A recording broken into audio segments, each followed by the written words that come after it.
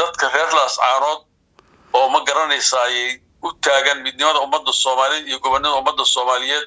aad iyo aad bay u mahadsan yihiin waana ku taageeraynaa waana ku soo dhaweynaynaa waana ku hambalyeynaa waana taariikh dahabiya dagaalka ka soconaya waa ugu dhimay ka dhimay weeye waxa isdilaya waa dhalinyaro Soomaaliyeed waa carruurteennadii iyo dadkeennii weeye oo ma taqaanay waxay ku dagaalamayaan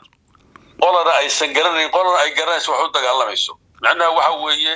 laascaanood halgan taariikhi ah ka socda waxa ka socda midnimada ummadda Soomaaliyeed waxa ka socda dib u xoreynta midnimada Soomaaliyeed ba ka socda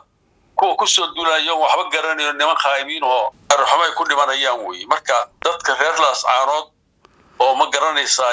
u taagan midnimada ummadda Soomaaliyeed iyo gobonada ummadda Soomaaliyeed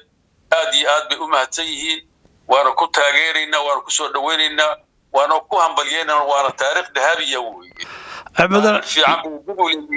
dadkii daraawish soo ahaa weeye oo 12 sano Ingiriis la dagaalamay weeye bay ka soo jeedaan haddana waa sidii oo kale waa isla taariikhdii weeyaan مدرس وسارة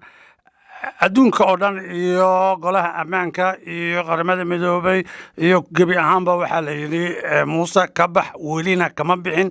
oo ciidamo ayuu ku soo guraya dowladda federaalkana weli kaalintii ay lahayd mugo la-aydna weli lagama hayo taa maxaad oran lahayd adiga waxaan oran lahaa mataqaanay dowladda federaalka ka mas'uula mataqaanay arrinta ayada ah sababtuna ay midnimada ummadda Soomaaliyeed oo u dhimanayo dhiigooda u daadinayo oo calankii bulay gacanta ku wata aan ka hadlaynin oo waliba si fool xun mararka qaar ku hadlayo dhahayo mataqaanaa ay sheegeen ergaan u magacaabay soo wada hadleen Soomaaliya iyo Soomaaliland iyo wada hadleen waxaan Soomaaliland kala hadlay Soomaali goori goosato iyo dadkii xorriyadda u dagaalamay miyaa u siiban mataqaanaa marka waxaad moodaa inay supporter u yihiin dalku inuu kala go'o ayaad moodaysaa ismaaciil Umar Geele naftiisu inuu leeyahay baa arrinta lafteeda loo malaynayo wax fog yahay oo arrinta ayada ay koos waxa weeye xasan sheekh asaga mas'uulka midnimada ummadda Soomaaliyeed qaranimada ummadda Soomaaliyeed isaga u dhaartay marka qofkii caalamkii jamhuuriyadda sita oo midnimada u dagaalamayo dhiiggiisa ku daadinaya iyo mid caalam been oo qabiil wato kala goynay dalka inuu yiraahdo ha wada hadleen معناه واحد قال واحد متقنا فرح ومتقنا تعرف خطبتي وحلي كسو شيء مدحوينه لحي لباتنك جون إيوه مقالة laascaanoodna 26 juun lagu dhigay oo shacabkii iyo dumarkii haweenkii ay u soo taagnay calanka ay saarayaan madaxweynaha khudbadiisii waxa ku jirtay in qaybaha kala joogo aysan kala go'in oo ay wada joogaan iyo arrimo ka mid ah qabiil iyo in qabyaalad loo qayliyo taasi Soomaa ahayn in uu isaga sheegayay uu ku taageerayo Somaliland waxa weeye arrintaas arrin nin mas'uul oo qaran madaxweynaha oo ku hadla ma waa arrin mataqaanay dabarjeebinayo midnimada ummadda Soomaaliyeed iyo kala go'o dalka Soomaaliya oo la dhiirigelinayo dalku inuu kala go'o marka mas'uulad ninka wuxuu u dhaartay iyo wuxuu ku hadlay laba kale waa muuqanaysa inuu mataqaan taageersan yahay kala go'a Soomaaliya oo mataqaanay uu magaranaysa madaxa u salaaxay gooni goosato dambi dal laga galo waxa waxa weeye kala goyn oo calankiisa la kala gooyo oo ummadiisa la kala gooyo dambi qaran laga galo kan ugu weyn marka markay u siban yihiin ustadigo يعني واحد قدامي يقول لي هاي هل هي هل حرع ويا راعي يقول لي هذا يدلك هذا الشيء كم مقارنة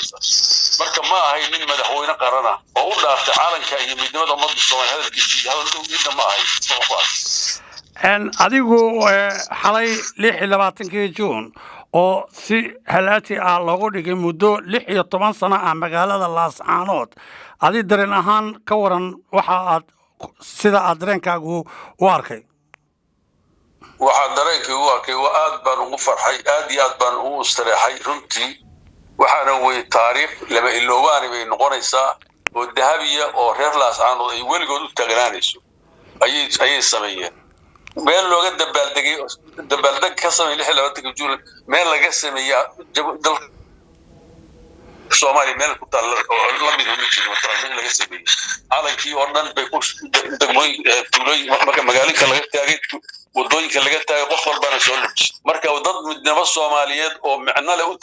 dagaalamaya ahaayeen oo dhiig iyo wadaniyad Soomaali ka muuqanayso markana dhiirigeliyay oo muralka dhisay oo kala go'ay Soomaaliya kala mataqaanay baabiinaysa ayay xafladda xal meesha ka muuqatay dagaalka meesha ka socdo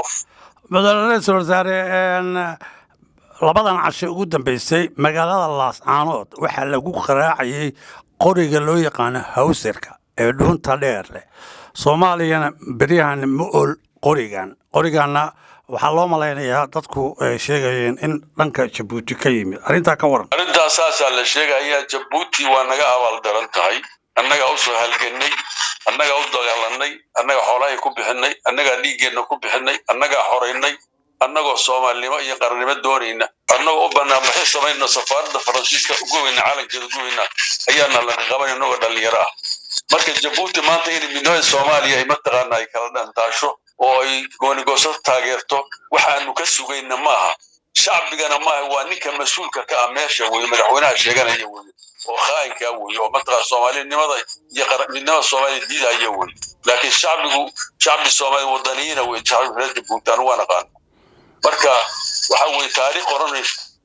qormaysa weey mataqaan la shacbiga Djibouti waxa laga rabaa in ninka la hadlayo uu ka joojiyo faragelinta kala duwan Soomaaliya ka shaqeeyo